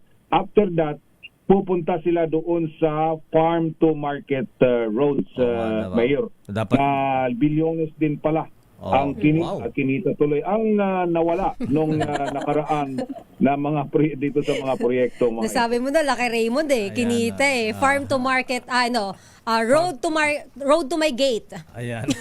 At saka farm to cockpit roads. Farm to my pocket. Ayan, farm to my pocket. Okay nga, Rod. Recess nga pala ang session ngayon, ang Senado at Kamara. Recess ngayon, Mayor, pero dito sa Senado, tuloy yung mga budget committee hearing sa budget. Kaya ngayong umaga, budget ng Commission on Audit at meron pang isa na Civil Service Commission na isasalang sa pagdinig ngayong umaga at hapon dito sa Senado. Okay nga, Rod. To CRH28, Raymond Advance para sa DCRH, una sa Pilipinas, una sa Pilipinas. Daming bayan. Maraming salamat, Raymond Adpaas. Sandali lamang, isunod natin ang report mula kay Manang Milky Rigunan. Alamin natin ang latest mula sa Kamara dahil ang Ethics Committee didinggi na daw ngayong araw. Ang Ethics Complaint Lakay sa nagtawag. Nagrally, tapos umuwi siya, nauna siya. Nauna siya. Iniwanan yung mga nagrarally? Oo, sabi ko nga classic talaga tayo. Ang tinutukoy po natin, walang iba, kundi si Congressman Kiko Barsaga. Alamin natin ang latest mula sa Kamara, RH12, Milky Rigunan. Manang Milky. Sister Ellet Lakay, didinggi na ngayon ang House Ethics Committee and Privileges ang ethics complaint laban kay Representative Kiko Barsaga ng 4th District ng Cavite. Ang ethics complaint ay isinampa ng mismong partido ni Barsaga, ang National Unity Party, pero nag-resign na siya bilang miyembro. Ang kay House Deputy Speaker Ronaldo Puno, chairperson ng NUP. Sang-ayon siya na may karapatan si Barsaga sa malayang pamahayag. Pero paliwanag ni Puno, bilang isang kongresista, dapat sundin ni Barsaga ang proper decorum at respeto ang mga kapwa mambabatas lalo na kapag nasa loob ng plenaryo. Narito si House Deputy Speaker Ronaldo Puno. But when you enter the House of Representatives, you're expected to hold yourself to a certain level of behavior. No? And kung walang ganon, wala na, magkakagulo na lang tayo dito. We are expected to act with a minimum level of decorum. Diba? And with respect to our peers, ganon. So pag wala yun, then we have to seek redress. No? And that's what we are doing now. Kasi sabi mo nga, tuloy-tuloy hanggang ngayon, every time may opportunity siya, kukunan niya somebody on the floor. That's not expecting to be put on public domain. No? Hindi naman siguro tama yun. So we will just pursue that complaint kasi para malagay sa tama yung kilos ng lahat dito. But lagyan naman ng dignidad yung House of Representatives. We represent our districts. Kailangan we have to behave accordingly. Si Barsaga na tinagurian ang sarili na Kong Miao Miao dahil mahilig sa pusa ay una nang nanawagan ng resignation ni noon ay dating House Speaker Martin Romualdez, dating Senate President Chis Escudero, hanggang kina Senate President Tito Soto, Senator Panfil Lacson at Pangulong Bongbong Marcos. Tuwing may sesyon, Lakay at Sister L, kumukuha ng video sa loob ng plenaryo, pinagtitripa ng ilang kongresista at ginagawang katawa-tawa sa kanyang sokmen. Kagabi, nakiisa si Congress Miao sa anti-Marcos rally sa labas ng Buendia Gate ng Forbes Park sa Makati City, pero sabi nga ni Sister L, nauna siyang umuwi sa mga nag-rally. Napagod man ng Milks eh. Alam mo kung bakit, Sister L? Bakit? Monitor din namin kahapon ng umaga. Hapon pa lang nandun na siya, mataas pa yung sikat ng araw. Okay. Alam mo na familiar siguro kay Buendia Gate ng Forbes. Naman, yes naman. Dinadaanan natin yan. Yes. Nakasarado na yung gate na yon. Wala pang mga pulis nandun siya nakaupo sa isang puti na monoblock. Nakaupo siya doon. Nandun lang siya. Talaga naman. Nandun siya Lakay. Tapos hanggang hapon, napagod siguro, kaya kahagabi, hinahanap siya ni Notse. Kakas, hindi daw mahanap. Pero nagpakita naman, parang for photo opportunity ang yata. Pero umalis ka agad. Yun ang report din na mga nag-cover. Kasi may mga nagpa-selfie pa sa kanya, Manang Milks eh. Pero umalis din siya. Parang fan meet nga pinapanood ko yung video ni Notse. Talagang umalis sa kaagad, pero siya yung nananawagan. Matagal na mag-rally sa harapan ng Forbes Park Gate, pero una siyang umalis at iniwan yung mga nagpunta doon kagabi. Ako si New Gregorio Nagulat para sa DCRH, una sa Pilipinas, una sa Pilipino. Daming bayan. Maraming salamat, Aris number 12 manang Milky Rigunan. Kanyang wala daw basagan ng trip. Ayan. Pero sabi ni Confucius, may nagpadala sa akin, Sister L. Ano Lakay? Rebellion is born when rulers forget they are meant to serve. Ang ganda. May punto. Daming bayan. Yan ay ayon kay Confucius. Pero sa loob na ilang dekada mga kuya, maaten ng serbisyo sa pagbabalita ng inyong lingkod. Patuloy na kung mahalaga na ang malakas na resistensya sa araw-araw. Malaking tulong sa akin ng N Plus Gold. Kaya ikaw din, Miss Tisay. Ayan, Sai Tisay ng Easy Rock. Isang nutritional powder drink na especially formulated para sa healthy aging, bagamat bata ka pa naman, at daily nourishment ng katawan. Malaking tulay ito kaya ang iyong lakay ay aktibo pa sa pagtatrabaho. Huwag kang tatawa dyan, Sister L, ha? Tatanda ka rin, ha? At nakakasabay pa ako sa mga kapitbahay kong millennials sa pagja-jogging. Kasi full pack with vitamins and minerals ang N Plus Gold. Tamang-tama sa pangailangan ng ating katawan, lalo na kapag nagkakaedad na. Kaya mga kuya ating, mahalaga-alagaan ating mga mahal sa buhay, kaya dapat inaalagaan din natin ang ating mga sarili. Kaya pag uwi nyo mamaya, dumaan muna sa Mercury Drug. at mag-uwi sa inyong mga magulang ng N Plus Gold. Tanda ng pagmamahal. Ito mga Marines na bisita natin, kailangan din nila ito ha? N Plus Gold para mula Rojas Boulevard. Ayan, kaya nilang lumangoy hanggang West Philippine Sea. Ayan. Daming bayan. Oras, Sister L. It's 9:47. Ang oras na yan ay hatid sa inyo ng Champion Dito. Bayan. Para po sa mga Gods of Padre Faura, para po sa lahat na nakilala kay Court of Appeals, Associate Justice Walter Ong, ipinapaalam po sa inyo na birthday po niya ngayon. Ayan. At ang dahil buwabati rito, buwabati si Worshipful Master Justice Max De Leon at mga brethren sa Justicia Rules number 518. Ayan. Si Attorney Vladimir Putin Pelaes at Colonel June Arias. Happy birthday, Justice Walter Ong ng Court of Appeals. Daming bayan. Report muna, Sister L. Ano ang report ni Edniel? Itong contingency plans para sa mga lindol, earthquake drills, nire-review na daw po yan ng National Disaster Risk and National Disaster Risk Reduction Management Council. Alamin natin ang report mula kay RH52, Edniel Parosa. Edniel. Lakay at Sister L, pinare-review na ni Defense Secretary Gilbert Chodoro ang mga local contingency plan sakaling tumama pang malalakas na lindol. Kasunod yan ang sunod-sunod na mga pagyanig gaya ng bumiktima sa Cebu at Davao Oriental. Kasama sa mga pinasusuri ng kalihim ay kung napapanahon at nasusunod ba ang mga protocol kahit sa mga lugar na hindi direktang apektado ng Bogo Quake at itong Manay o Davao Doblet Earthquake. Inatasan ni Chodoro, siya ring chairman ng NDRMC, ang mga lokal na OCD para mag-organisa ng malawakang earthquake drills, partikular sa mga public spaces tulad na lamang ng mga eskwelahan at tanggapan ng gobyerno. Sa ngayon, may 4 na major drills na isinasagawa ang OCD kada taon. At ngayong 2025, may kasado pang 4th quarter nationwide simultaneous earthquake drill sa Ilocos Sur sa buwan ng Nobyembre. Samantala, sa pinakahuling update ng NDRMC, hindi bababa pa rin sa 8 na paulat na patay habang higit sa 131,000 ng pamilya ang apektado ng lindol sa Davao Oriental. Ito sa Edniel Parosa, nag-uulat para sa DZRH. Una sa Pilipinas, una sa Pilipino. Maraming salamat, Edniel Parosa. At ngayon, Sister L. Daming bayan. Tumawa tayo sa ating mga bisita na taga-Philippine Marines. Matapos banggain ng Chinese Coast Guard ang Philippine Coast Guard vessel natin sa West Philippine Sea. Abay sila rito ay mga Marines nagpunta rito para manawagan. Bakit? Ayan, mukhang lalangoy sila papuntang West Philippine Sea. Hindi hindi sila lalangoy, tatakbo sila. Tatakbo sila.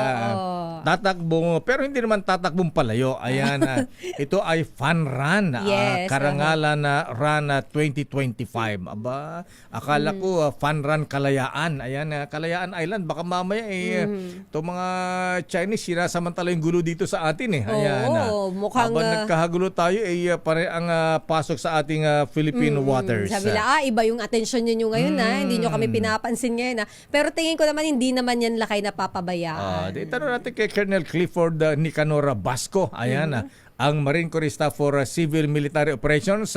Colonel Clifford Basco, sir. Magandang umaga po sa inyo, Colonel. Magandang umaga din po, Sir Deo and Ma'am Elaine at sa lahat ng inyong tagapakinig. Sergeant Deo lamang po. Ayan. At si Major John Malana, ang Chief Research and Special Studies Branch. Major, sir. Good morning, Sir Deo and Ma'am Elaine po.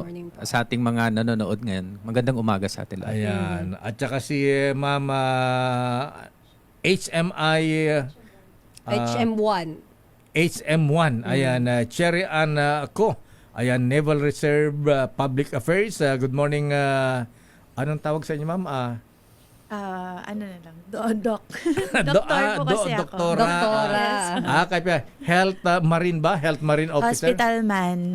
Hospital man. Kasi sa reservice po, sir, ganun po. Meron po kaming mga rating. Ayan. So, as a doctor po in the outside, sa reserve naman po, tawag sa amin hospital man. Pero hindi ba kayo ubigay ni Doc? Hindi po. At si Staff Sergeant Elmer Ganase, ayan, nandyan si Sergeant. Okay, Colonel Basco, ano ba itong Fun Run na Karangalan Run 2025 na isasagawa po niyo. Kailan nga po ito gagawin na Colonel Sir? Lakay Deo, ang ating Philippine Marine Corps Karangalan Marathon ay gaganapin sa October 19. Ito ay isang event na ginugunita kasi natin ngayon ang 75 years ng Philippine Marine Corps. So 75th birthday po natin ng November 7. Isa po ito sa mga major events. Itong Philippine Marine Corps Marathon na gaganapin sa October 19. From Marine Barracks Rojardo Brown sa Taguig po, going towards Lawton Avenue, then dadaan ng BGC, akyat ng Kalayaan flyover at pupunta ng Hill Puyat Avenue bago babalik. Bakit fun run? Dapat kayo mga Marines fun swim. Ayan. Marine swimmer. Hindi daw makakasali yung mga gustong sumali na hindi mga swimmer lakay Katulad ko, hindi mo marunong lumangoy. Lalagyan ka lang ng life vest. Ayan, hilahin ng motor, bangkang de motor. Matanong ko ito si Colonel Bas. Ikaw ba, Colonel, nung nag-training ka, kasama ka ba dun sa mga nag-training lalangoy from Roas Boulevard hanggang sa Cavite? Sa Cavite. Sangli po. Opo, subukan po namin yun. Ganun ba? Nag-training din po kami dyan. Yung ilang mile run po yan from Sangli towards headquarters ng Philippine Navy dito sa Roas Boulevard. Ilang oras yun nilalangoy yung Colonel? Ilang oras din po yun. Meron namang support system. Ganun ba? Sumusunod din po sa amin. Pero hindi rin po yun agad-agad na ginagawa, kundi marami ka pa ring dadaan ng training bago yun na yung pinaka-last event. Walang jingle ang pahinga dyan, Sister El. Sa dagat ka na jingle. Diretso na yun. Pero nakailang stop over kayo, nakailang pahinga? Pwede ka naman pong magpahinga. Meron kaming may dala-dala rin kaming mga tubig para iinumin sa gitna. Talaga. Kasama rin po sa training yan. Ayan, mga galon. Anyway, si Major Jan, Major Jan Malana, kayo po ay lumalangoy, tumatakbo. Ayan. Tumatakbo, lakay. Ayan.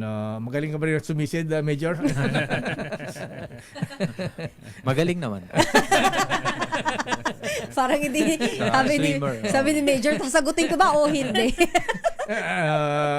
With water o waterless? Yeah. Pero ito lang, meron ako katanungan kasi sa mga gustong sumali dito sa Fun Run, paano po sila gusto nilang sumali? Paano po ba ang proseso, Colonel, Major? Sino po sasagot? Si Doktora. Si Doktora na lang. Si Doktora, tumatakbo rin kayo, Doktora? Yes po, tumatakbo rin po. Sa reserve po, meron po din po, tinitrain din po kami. Hanggang ilang kayong tinatakbo po ninyo? Sexy run lang po. Sexy run na. 5K, 10K? Hindi, sa amin po, sa reserve, meron po kaming physical fitness test. Ang required po talaga is 3.2 kilometers. Naalala ko si Justice Leo Batan ng Court of Appeal, Sister Ellen. Bakit? Reserve officer ng Philippine Air Force. Abay, takbo rin sila hanggang Tagaytay, mula Lipa. Ayan, pagkatapos yung lulublob sa putikan. Ayan, lubluban ng baboy. Lulublob ba ako dyan? Walang justice dito, lumublob ka. Sabi ng trainer, walang justice dito. Jump! Ganon ka rin, Doktora. Ganon yes, dinaanan mo yan. Opo, lahat po. So, natulog ka rin ng basang-basa galing yes, sa putikan, lubluban na, ayan. Opo, wala pong sa amin, basta pag-train ko po talaga sa maayos na para maramdaman po namin how it is to become military. Kita mo si Doktora, ang ganda-ganda, kutis porcelana, pagkatapos lulublob sa putikan. Ganon talaga yun, lakay. Walang Doktora rito, walang justice dapat dito. Dapat kung sasali ka, dedicated ka. Pero yung tanong ko, lakay, pasagot muna. Ayan, sir. Meron pong page ang Philippine Karangalan Marathon po. They can follow the page Philippine Marine Corps Marathon. Nandun po lahat ng details. Nandun na po, may QR code din po doon that they can register na din po doon. But they can also go po sa mismong Marine Rojardo Barracks, Marine Barracks, Rojardo Brown. Nandun po, hahanapin po nila yung Civil Military Operations Office po. Nandun po, they can go there and register. So private, pati private civilian sa pwedeng sumali ito, Doktora? Open to all po ito, sir. Open sa lahat, Colonel Basco, sir? Yes, At sir. magkanong fee rito, Colonel Basco, sir? Depende po sa mga category. So, it will range from 1,075 yung 3.2 kilometer run. 5K is 1,175. 10K, 1,375. 21K, 1,775.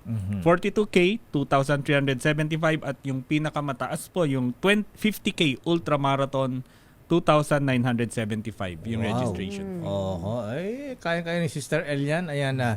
May stopover naman sa Jollibee yan, sa McDonald's. Ako na naman. Di ba mga pagka-marathon na ganyan, may mga station na nagbibigyan ng tubig. May mga nag-aabot ng mga gano'n naman. Oo. Pero ang dulo nun, Jollibee, McDo, mga ganun. Kasi gutom na. gutom na. So, fun run ito. Ano ba, for the benefit of saan ang proceeds ito, Major Jan Malana, saan mapupunta ito? Okay, Lakay Deo. So actually, it's a Run for a Cause itong big event namin. And yung mga proceeds po namin ay mapupunta po sa support namin sa aming mga 43 Marine Scholars ng Philippine Marine Corps Officer Spouses Association Incorporation. And then another is gusto na yung support din natin doon sa mga anak ng ating mga fallen and wounded heroes. And yung gusto rin natin masuportahan yung ating mga tropa lakay sa naka-assign sa mga isla natin na nagbabantay sa ating mga maritime borders. Isa na rin po dito yung Panguan Island sa Tawi-Tawi. Meron din tayong Mavulis Island sa Batanes at Kalayaan Island Group sa West Philippine Sea at saka meron din tayong Bongo Island sa Central Mindanao, Alakay. Bongo Island? May Bongo Island? Kaya name after Senator Bongo? Hindi yun, iba yun.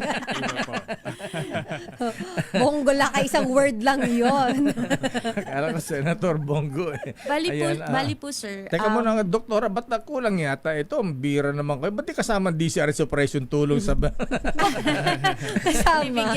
Magbibigay tayo ng Lakay. Dapat may kotong din tayo sa Operation Tulong. Sabi naman sa ko. Kotong. Hindi. Ano lang to. Gusto lang namin sir na this one is the largest military marathon sa buong Southeast Asia. Ha? Talaga? Opo, because not only, hindi lang po kasi sa Taguig gagawin po yung run, kundi meron pa pong 5 legs all over the Philippines. Sabay-sabay. Simultaneous run po ito, sir. So, ang mangyayari po, meron din pong run sa Zambales. Lawag. DJ Lawag. Yes, sa Tawi-Tawi po. Tawi-Tawi. Cotabato and also sa Palawan. So, 6 po siya. So, sabay-sabay po ito. And meron din pong virtual run. Paano po itong virtual run? Yung virtual run po, you can run wherever you are kung hindi po kayo makarating doon sa mga lugar na yon. Pero po, register din po sila but they will be using the Strava.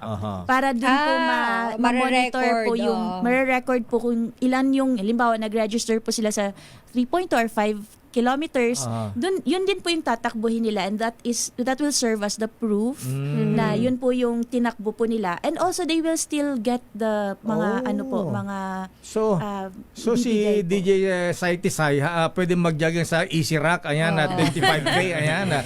Si DJ Shai po ang aming host. Siya pa ang host. Ikaw talaga lang. Tumakbo siya pataas, pababa, paikot na CCP, ganon. Ikot lang doon sa booth ng Easy Rock. Mahihilos. Naka-Strava po siya. So yun ang maganda, no? Kasi yung iba palang gusto mag-participate, pwedeng gawin tong digital. Yes, if they cannot go there po, pwede pong sa bahay, may po sila, treadmill. Yes, pwede po nilang gawin. Colonel Basco, ilan ang inaasahan yung participants dito sa fun run po ng Marines? Sa ngayon po, ang nakaka-register na umaabot na po tayo ng close to 11,000. Wow! Ang dami na. So, continuous pa rin po ang pagtanggap ng natin ng mga registration. So, anywhere you are, there's a place, merong malapit na Karangalan Marathon sigurado sa inyo. Uwa! Ayan. Nakakatuwa naman. Sana lakay dahil maraming magbebenepisyo dito sa fun run na ito. Oo, mga sundalo, anak ng sundalo, mga scholars ng Marines, ayan. Ba't Marines lang, di ba pwedeng PNP? Ayan. O marami na silang pera. Baka meron din silang separate na lakay. Opo, tutulungan din po tayo lakay sa kanila. Marami rin po silang tatakbo sa atin. Talaga, mga join din po sila. PNP, Coast Guard, Air Force, Navy, Army. So, ito ay part po ng inyong anniversary. Pero aside po dito sa ito po sa isa sa mga main event niyo. Aside from this, mayroon pa po ba tayong mga ibang events? Yes, ma'am. Meron pa rin po tayo. Ito yung first major event. Meron din tayong Health and Wellness Fair para sa ating mga Marine veterans naman. Ayun. At ang kanilang mga dependents. Magaganapin po yan malapit na sa aming birthday. At maraming pa rin pa pong ibang mga activities na nakalaan para sa ating Marine birthday. Si Ma'am Cherry Ann, Colonel din po kayo, reserve, di ba? Di ba dapat LT call kayo? No po, sir. Sa ano pa po ako, ang tawag sa amin, enlisted personnel pa po. Hindi pa po officer. Iba pa yung ensign. Iba po, officer din po yun. Alam mas mataas, ensign o yung sa inyo, enlisted personnel? Mas mataas po yung ensign. Officer na po yun, sir. Enlisted personnel, ano pa po, non-commissioned officer. Okay. Okay, Admiral Cherry Ann. Ayan. Yes, sir. Na-promote bigla. Kung ano, dito, sir. Sige po, Parang ma'am. gusto ko lang mag-visit lagi dito sa napopromote lagi Ganun kami rito, ma'am. Promoted lahat. Yes, okay, ma'am. Mary Ann, tawagan niyo po ang ating mga kababayan. Ayan, para sumali po dito sa Philippine Marine Corps Karangalan Marathon 2025 at ang process do ay mapunta sa mga scholars ng Marines at mga sundalo natin. Yes, sir. We are open, inviting everyone to join, mga civilians and kahit sino po pwedeng mag-join po dito sa aming Philippine Marine Corps Karangalan Marathon happening on October 19, 2025. Dito tayo sa NCR, sa Taguig po ito gagawin sa Marine Barracks Sir Diardo Brown in Taguig po. Yun po kasi yung area ng Marines. So dito po ang starting point and then yun po, makikita niyo po sa Facebook page namin yung routes po na mangyayari. And also po, dagdag lang namin, medyo kakaiba po kasi yung Marines na run namin. Kasi meron pong, instead of gun start, cannon start po ito, sir. Kanyon? Kanyon ang gagamitin na kay Dale. Abot ba hanggang West Philippines? Blank naman, sir. Blank ammo po, sir. So, cannon start po yung gagamitin. And aside from that, meron pong marami pa pong mga kaganapan that day. May mga silent drills, may mga band na magkakanta din. So, masaya po ito. So, may static display din po kami doon sa area. Okay, Ma'am Cherry Ann ko. Ayan, Major Jan Malana, Sergeant Elmer Ganase, at Colonel Clifford Nicanor Basco, sir. Maraming salamat po and good luck sa inyong fun run. Thank you and good morning. Thank you and po. you can evaporate. Evaporate. Salamat. Thank you po. Thank you Thank you po. very much, sir. Ayan, good luck. At dyan po na, may kudakan tayo mamaya. At batiin ko lang itong si Mr. Morris Garad, Sister L. Pasalamat tayo dahil itong si Mr. MG ay nagpadala ng 300,000 pesos. Wow! Hindi po sa fund run ng Marines. Ayan. Ito po ay para sa DZRH Operation Tulong para po sa mga biktima ng lindol, kalamidad, baha. Ayan. Mr. MG, thank you very much sa donation sa DZRH Operation Tulong. Napaka-generous talaga nito lakay ni MG. Thank you po. Ayan. Kaya pinagpapala ni Lord. Ako po si Deo Macalma. Ito naman po si Sister L. Elaine Apity. Stay safe everyone. God bless po. And then, Merry Christmas! Operation Tulong susunod na. Wonder Woman, Miss May Binauhan. Bye-bye! It's just around the corner.